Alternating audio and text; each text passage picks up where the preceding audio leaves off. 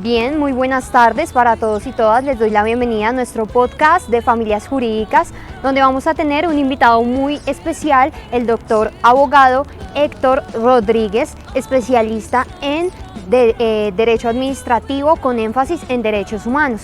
¿Qué tema nos va a brindar? Básicamente el tema de la jurisprudencia, uno de los temas más importantes que hemos tenido a lo largo de la historia. Nos va a hablar de su evolución, sus características y cómo se fundamenta hoy en día acá en Colombia. Doctor Héctor, mi nombre es Laura Fernanda Álvarez Martínez.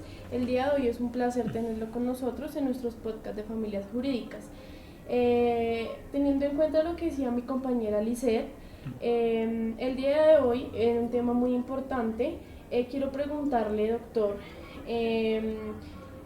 ¿la jurisprudencia es o no fuente del derecho?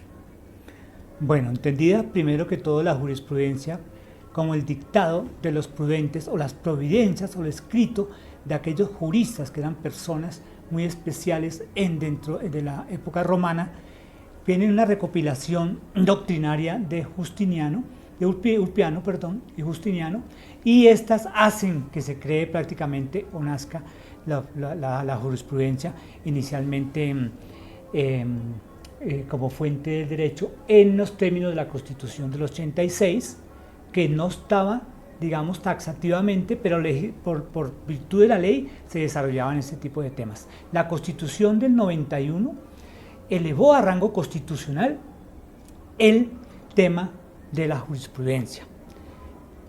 El artículo 230 dice que los jueces en sus providencias solo están sometidos al imperio de la Constitución y la ley. Fíjate que la fuente ahí sería la ley, ¿cierto?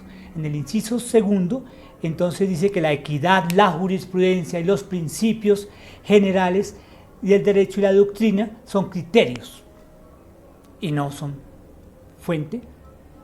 Entonces, mirándolo desde estricto senso de la Constitución, no sería. No obstante, de acuerdo al artículo 241 de la Constitución, las facultades a la Corte Constitucional, se crea este tipo de la jurisprudencia como fuente. Miremoslo de esta manera: la Corte Constitucional crea una serie de sentencias en virtud de las cuales une ciertos aspectos no completos en el derecho y que requieren de una argumentación mucho más profunda, y al unir muchos casos crea algunas sentencias que van siendo fuente del derecho. Podemos decir que hoy en día la jurisprudencia es fuente de la actividad de los jueces.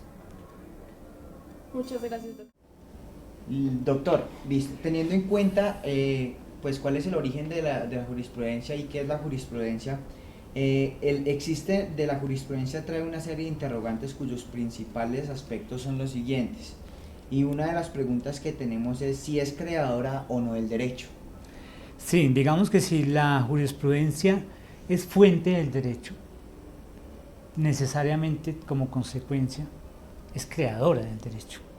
Y entonces digamos que las sociedades contemporáneas, por la complejidad misma de los sistemas y las relaciones sociales, ciudadanos, Estado, sociedad, esa complejidad hace que no se tenga en el derecho la respuesta concreta para que el juez la resuelva con la norma misma. De ahí que tiene que irse a todos estos temas de fuentes y de doctrinas para llegar a crear un sistema que le permita hacer derecho. Y lo ha hecho y hace derecho constantemente.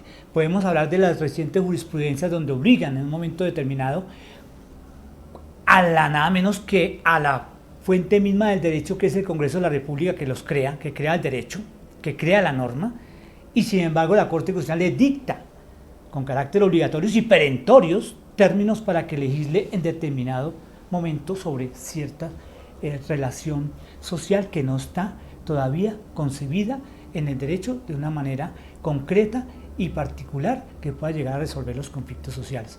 Por ejemplo, la eutanasia, por ejemplo, el aborto y muchas otras cosas que por dictámenes de la Corte Constitucional, se hace que sea fuente de que sea creadora del derecho en el sentido que obliga al legislador a que cree la norma. Hola, mi nombre es Óscar Arévalo y este es nuestro podcast de Familias Jurídicas.